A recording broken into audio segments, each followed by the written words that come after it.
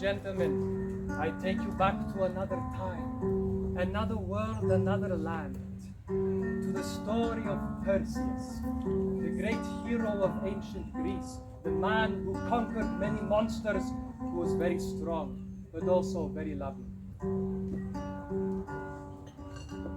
The story of Perseus begins with the king Acrisius.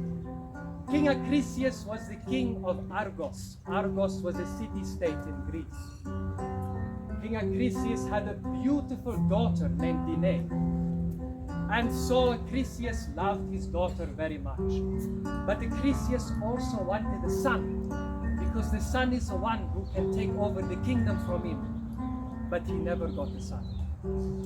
And so Acrisius journeyed to go see the oracle of Delphi.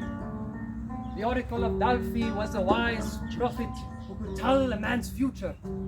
And so Acrisius wanted to go see his future, yes? And so Acrisius walked all the way to the oracle of Delphi and asked the oracle, "Oracle, please tell me my future. I really want a son to take over the kingdom from me. Please, give me good news, oracle." The oracle replied to King Acrisius, "King Acrisius, you are not going to ever get a son. No! In fact, I bring bad news for you, my king. Your grandson is going to be the one who will murder you. Yes."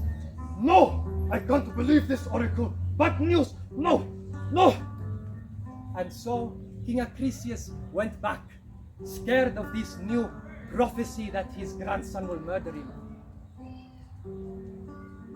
And so King Acrisius went back by night and took his daughter Danae and locked her in a tower. The tallest tower you've ever seen. No man could ever climb this tower, and no person inside could ever escape it. And there King Acrisius thought that he would be safe. There will be no grandson, no nothing. But then something happened. The great god Zeus felt sorry for Danae, thought she was so beautiful and that no one should be locked up like this. And so Zeus visited Danae in the form of golden powder, sprinkling all around the tower. And by this way, Danae bore Zeus's son, and she named him Perseus. And so, after days went by, and more months and years, eventually King Acrisius discovered his daughter and the baby boy. He was angry, but he still loved his family, that he felt he cannot execute them, never.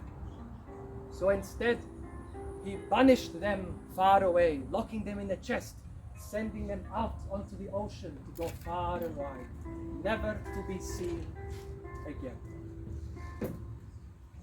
And so this chest containing Danae and Perseus floated in the ocean for many days until it landed at the city called Xiphos. Xiphos was a beautiful city, a small little city-state. And this is where a local fisherman found the treasure chest.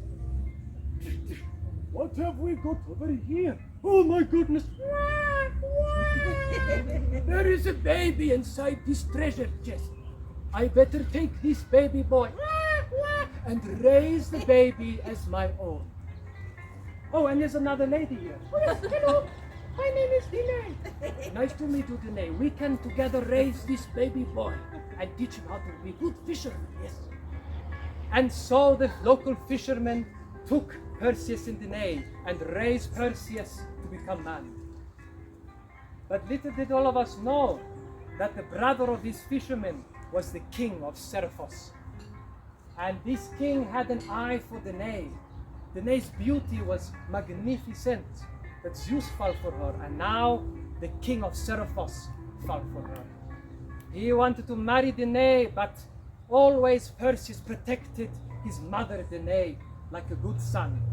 And so the king thought, I need to get rid of this Perseus. so that I may marry his mother Danae. And so he came up with a very cunning plan. He hosted a great feast and invited all the warriors from far and wide to attend. And so with the feast underway, he invited all the great warriors and heroes from Greece. Many of the strongest heroes were invited, and even Perseus was invited. And the king demanded a tribute from all those invited. He demanded a horse from each person, but he knew that Perseus was too poor to afford a horse. And so Perseus came to the table and said, King of Seraphos, I cannot afford the horse, but I will vow to bring you Medusa. And so Perseus offered to slay Medusa as a gift, an even greater gift than a horse. And so the king asked, yes, Perseus, since you like my offer, you must bring me Medusa's head. Perseus didn't know the king would accept his offer, and he was now very worried. He had to now bring Medusa's head, the most feared monster in the land. Oh, what have I gotten myself in?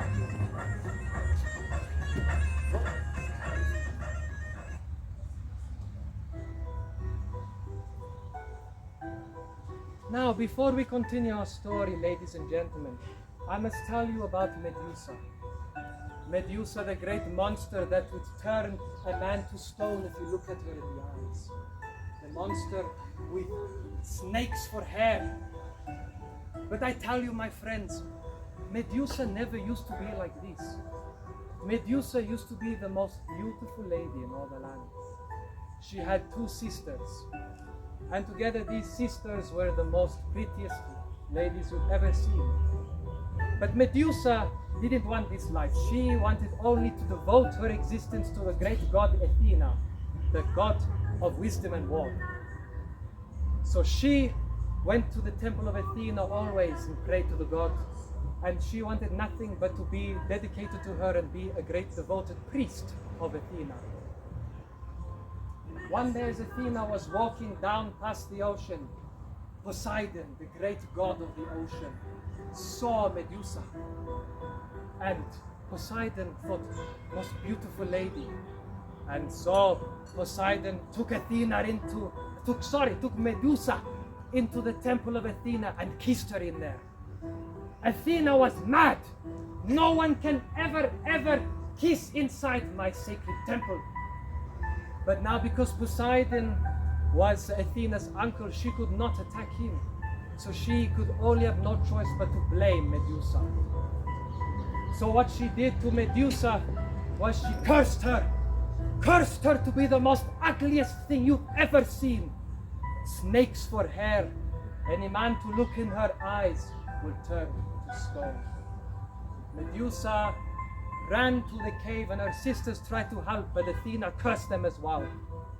They became known as the Gorgons, and they lived their life alone in the cave, angry with the world for what they did to them and angry with them. And all wandering travelers who went in were turned to stone.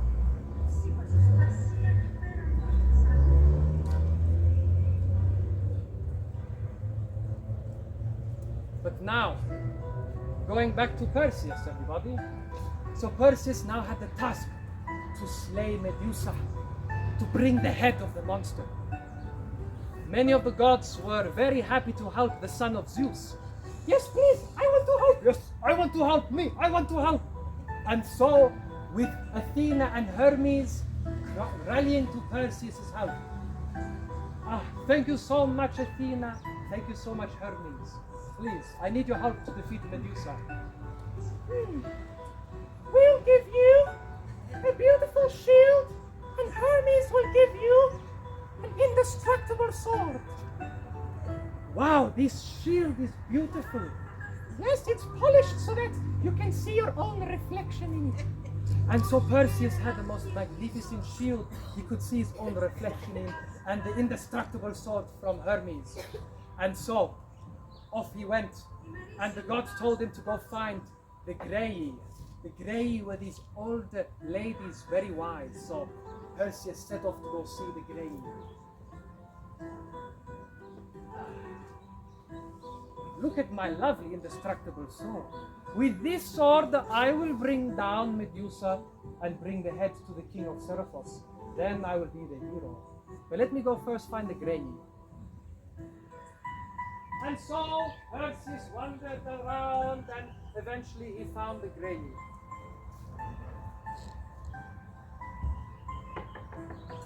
Graii, are you home? Who goes there? It is I, Perseus, and I seek the knowledge on how to defeat the beast, Medusa. Oh! Medusa is our sister, we'll never help you.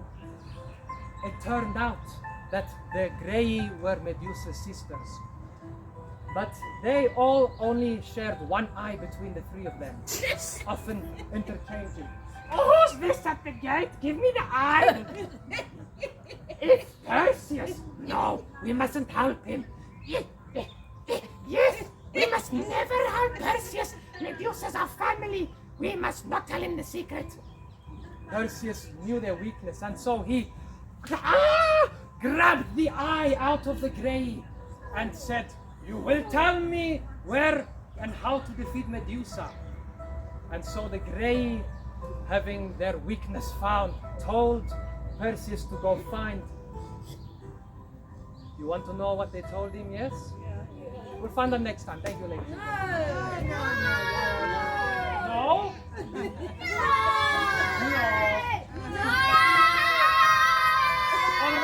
All right. I tell you the rest of the story. Oh, fine. Just because you shouted me, right?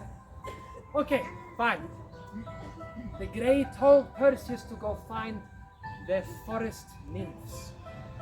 And so the forest nymphs were these forest gods who were very wise. And Perseus went to them and said, "Forest nymphs, please, I need help to defeat Medusa." The forest nymphs saw the great noble Perseus, and they gave him winged sandals to fly with, sandals with beautiful bird wings. They gave him also Hades' helmet of invisibility and also an enchanted bag to carry Medusa's head safely. And so Perseus went off to go find Medusa.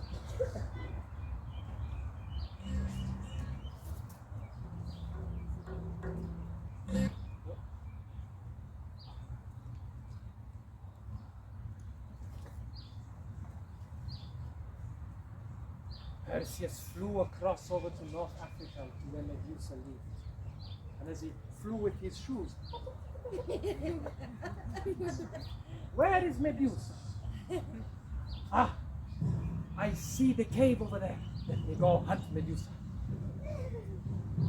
And so Perseus arrived at Medusa's cave, and he, with sword in hand, looked for the beast. But he made sure not to look Medusa in the eyes, because you know what happens? She will turn you to stone. So Perseus, behind his shield, looked for Medusa using the reflection of his shield. Who dares to intrude in my lair? It is I, Perseus, and I've come to get your head, beast.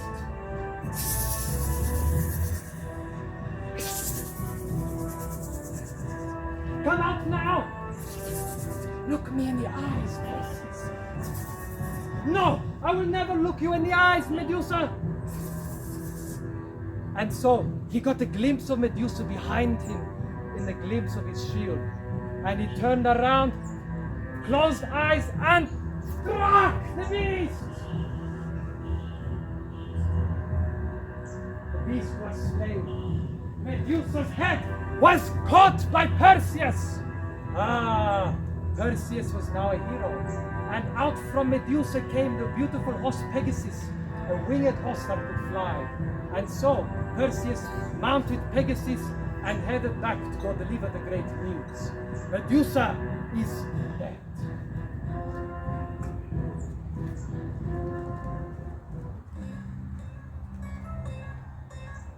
As Perseus was flying over the ocean, he saw something down in the sea.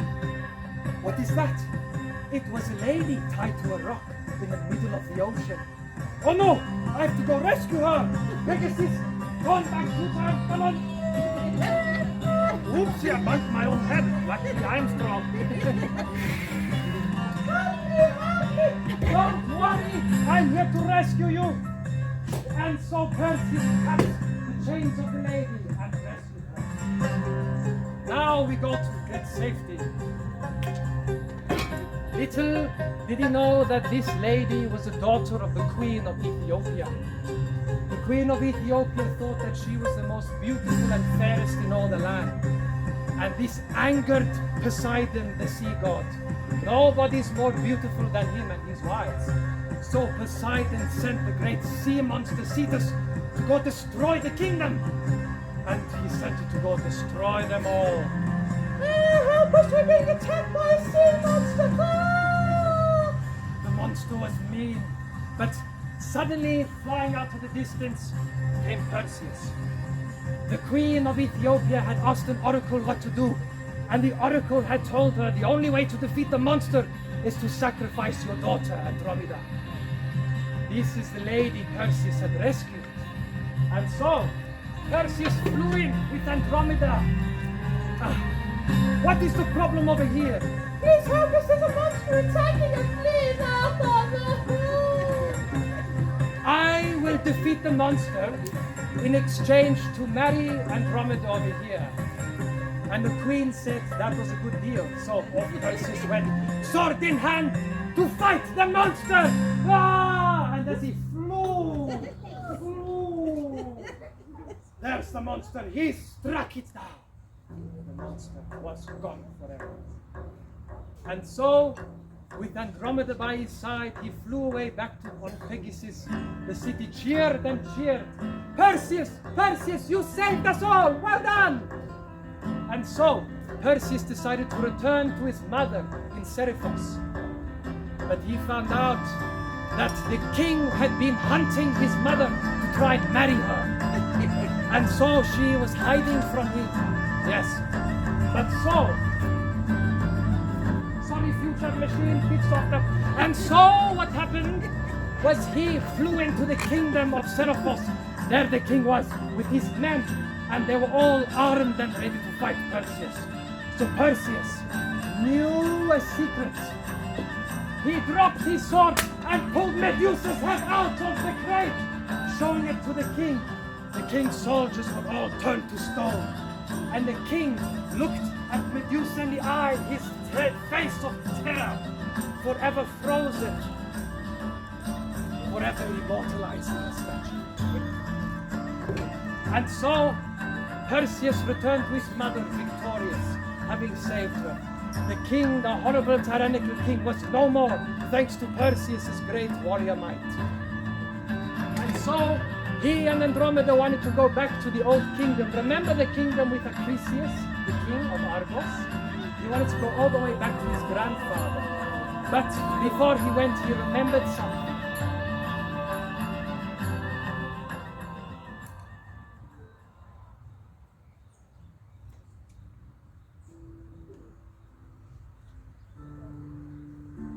Perseus had remembered the old fisherman who took him in when he was just a boy.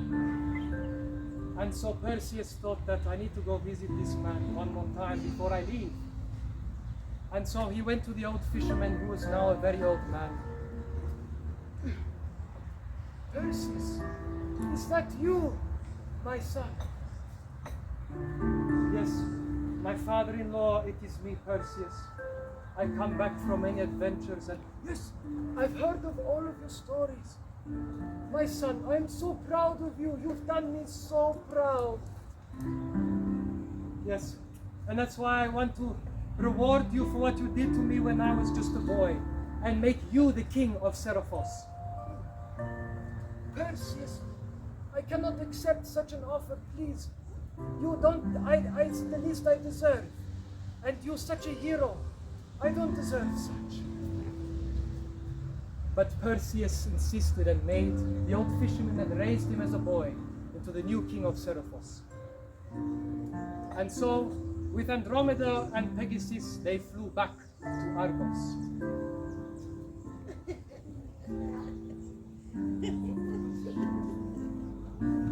And then the old king Acrisius was still the king, and he was still Perseus' grandfather. And that old prophecy of where his grandson would murder him was still in his mind. Perseus returned as a great hero. They heard of his stories of slaying Medusa and of defeating the sea monster. So the people of Argos welcomed Perseus as a hero. And they invited Perseus to attend an athletics game where all the strongest men in Greece would participate. And so Perseus decided, let me do it, and he joined. The old king Acrisius, still fearing the prophecy but having much love for his grandson, wanted to go see him perform. But he was still worried about the oracle of Delphi's prophecy that he would murder him. And so he decided to disguise himself and go hide amongst the crowds to go watch his grandson in the games. And so Perseus did well, defeated all the people and excelled in the games. And then on the game of discus, and then the game of discus, where you throw like a frisbee basically. On the game of discus, Perseus was ready to outshine everybody. He was ready to throw the discus, ready to throw. But Perseus' strength overcame him, and he was too much stronger than he thought. And he threw the discus wrong, too hard, into the audience. And the discus happened to land and hit a member of the audience. When Perseus ran over to find who he had hit, it was none other than his grandfather, King Acrisius. The prophecy was fulfilled. Sure. And so Perseus could not stay more in Argos, because killing a family member, even if it's accidental, is one of the worst crimes. Perseus left, and he went to go and found his own city called Mycenae. Mycenae would become the strongest city in all of the land, conquering all far and wide. One day, Perseus' descendants would be none other than Hercules himself, who would complete and stun the world with his 12 tasks. Now, ladies and gentlemen, whenever you look up into the beautiful night sky, you can always see, written and immortalized in the stars, the story of Perseus.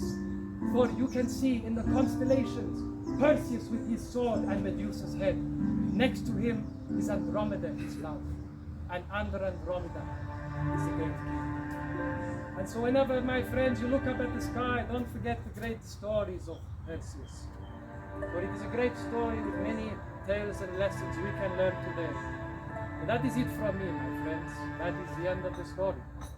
Thank you.